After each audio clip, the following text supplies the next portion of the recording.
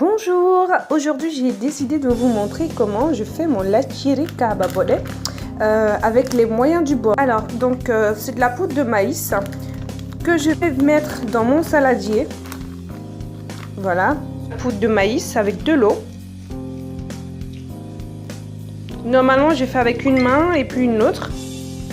Au fur et à mesure je mouille. Donc là j'ai mis de l'eau, je vais remuer avec ma main. Bien évidemment, vous avez lavé vos mains avant de toucher la farine de maïs.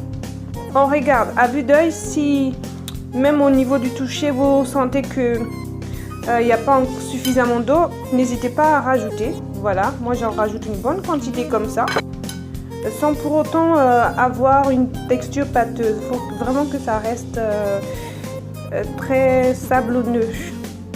Non.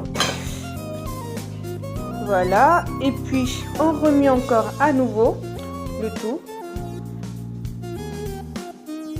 Alors moi j'ai comme un couscoussier de type africain avec les petits trous là, et puis une marmite normale.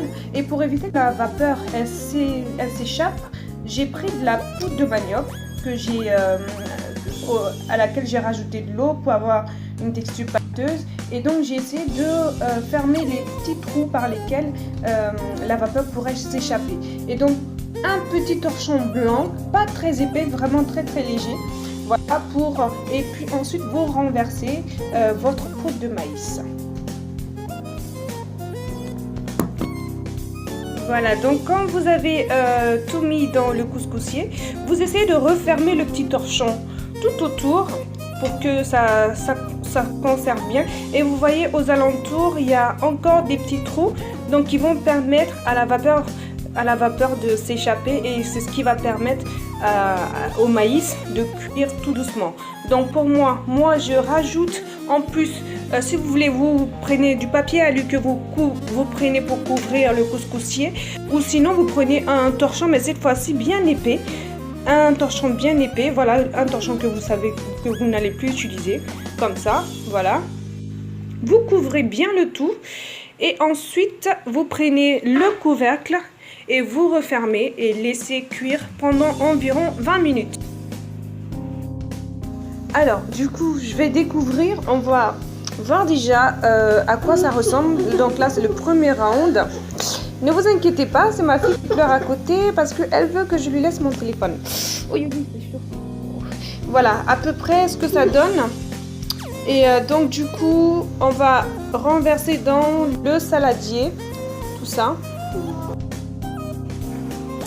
Donc là on va essayer d'écraser au maximum comme on peut. D'abord avec une spatule au début, comme ça, et ensuite je prends le relais avec une louche et on écrase en formant des cercles. Si on sent que la farine elle est encore un petit peu dure, on rajoute un peu d'eau, d'accord? Voilà, par petites touches comme ça au fur et à mesure pendant que c'est chaud, et on remue à chaque fois, on mélange le tout pour que ça soit vraiment homogène, mais attention de ne pas trop en mettre pour ne pas que ça devienne pâteux. Donc le résultat il est superbe. Donc là nous avons cuit pour la deuxième fois le couscous de maïs, le couscous du feu. À nouveau voici le résultat. Alors pour accompagner le couscous de maïs, le lachiri, il faut du croissant. Mais si vous ne savez pas comme moi faire par vous-même le croissant, je prends quelque chose de simple. Ça se trouve dans les épiceries arabes. C'est du yaourt turc, rajouter de la crème fraîche et un petit peu de bonnet rouge ou du lait concentré non sucré, et également du lait concentré sucré.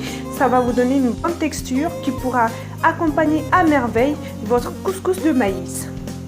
Voilà donc le résultat final du lachiri écossais. Je vous souhaite un très bon appétit et surtout essayez de reproduire chez vous. C'est très bon, c'est très simple et c'est surtout très sain. Si vous avez aimé la recette, n'hésitez pas à me suivre sur Facebook, tapez la fille d'Oufouta Diallo, sur Instagram Halma Diallo et sur YouTube également Halma Diallo. À très bientôt.